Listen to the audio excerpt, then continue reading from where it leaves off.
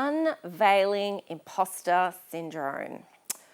Overcoming your self-doubt and embracing success.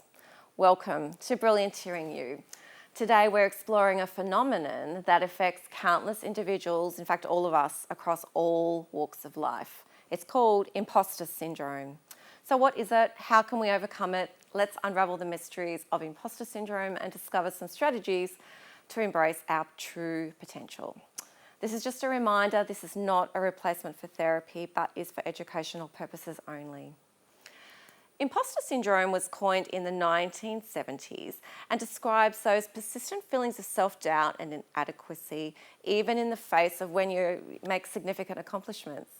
Research shows that it's not a clinical diagnosis, but it's really prevalent among high-achieving individuals, with studies indicating with rates as high as 56 to 82% of professionals, including graduate students, nurses, medical students, and other professionals. Some of the symptoms to look out for, they may include anxiety, depression, burnout, rigid thinking, or minimizing the positive in your life. Just remember, these feelings of fraudulence are very common. We can feel that our ideas aren't as worthy as others or deserve any attention or accolades. No level of accomplishment can actually put these feelings to rest. Even celebrated figures like Maya Angelou and Albert Einstein grappled with imposter syndrome. Despite her numerous awards and literacy achievements, Angelou confessed to feeling undeserving of her success. Einstein also referred to himself as an involuntary swindler, doubting the worthiness of his groundbreaking work that we all benefit from today. Imposter syndrome affects people of all ages, genders, and ethnic backgrounds. It's not a disease, it's just a common human experience rooted in feelings of insecurity and self-doubt. Part of this is because we don't know how much our peers themselves are also suffering and doubting themselves, that we actually feel less capable than them, which is a phenomenon known as pluralistic ignorance. So what is the problem really with having imposter syndrome? Well, it limits us. We won't share our ideas fully or apply for jobs where we could excel. We often stay stuck, ruminating on untruths and self-doubt, which limits our potential and stops us from reaching that dream in our hearts. Dr. Caroline Leaf's research shares a link between how we think.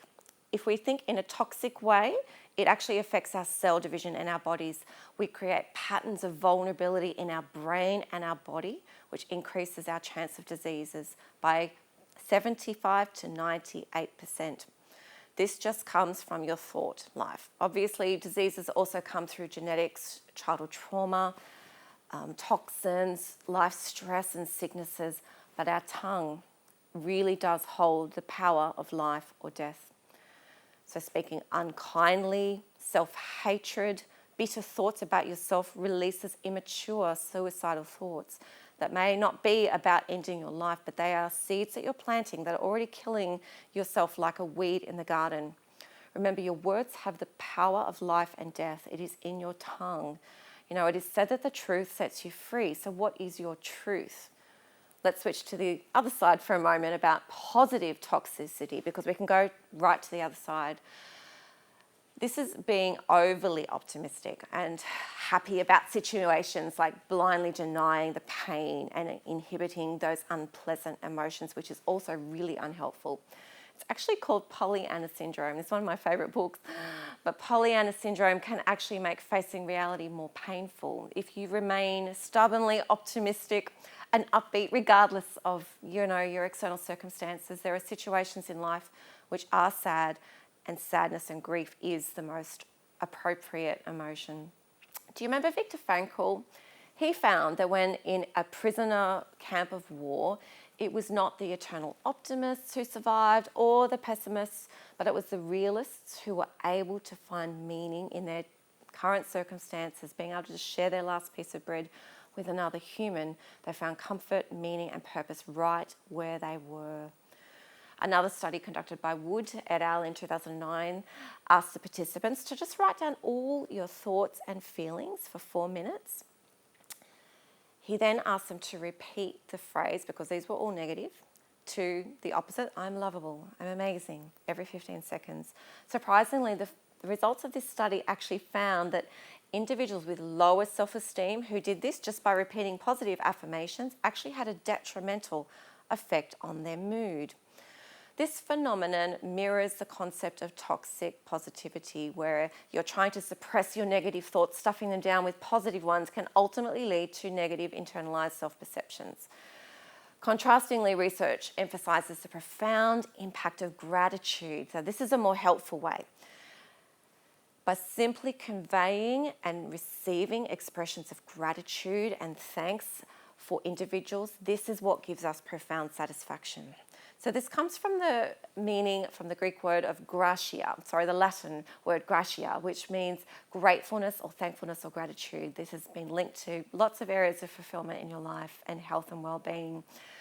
So studies have found consistently that higher levels of gratitude are associated with increased positive affect, self-esteem, positive emotions, optimism and autonomy, environmental mastery, relationship satisfaction, personal growth, and a sense of meaning in your life. Gratitude enables us to acknowledge the goodness in our lives and recognizes that its source actually extends beyond ourselves to others, which actually lifts us as well. In positive psychology, gratitude is strongly correlated with greater levels of happiness, facilitating the experience of positive emotions, savouring those pleasant experiences, giving us good health resilience in adversity, and cultivates really strong interpersonal relationships. So expressing gratitude in various situations, reflecting on your past, on your blessings, actually thinking about and appreciating people who have said kind things about you, what people like about you, actually improves our health. So furthermore, if you can cultivate gratitude, regardless of your inherent disposition, we can actually all enhance our overall well-being. So researchers also found that individuals who frequently experience gratitude exhibit lower levels of depression. You're actually going to have a better sleep quality. And this is also going to extend beyond yourself to witness acts of gratitude that can evoke warmth and affinity in observers to both parties involved. Dr. Emmons highlights the objective, biologically, that verifiable outcomes associated with gratitude also include lower blood pressure, increased heart rate variability, that shows that it actually does improve our well-being. So finally, the research just shows that remembering like a beautiful card someone gave you, or remembering how someone really loved and valued you, this is actually what's going to increase your health and well-being more than anything else. So these findings basically tell us that there are many, many benefits for being grateful, not only for your happiness, but for the physical health and social connections of others.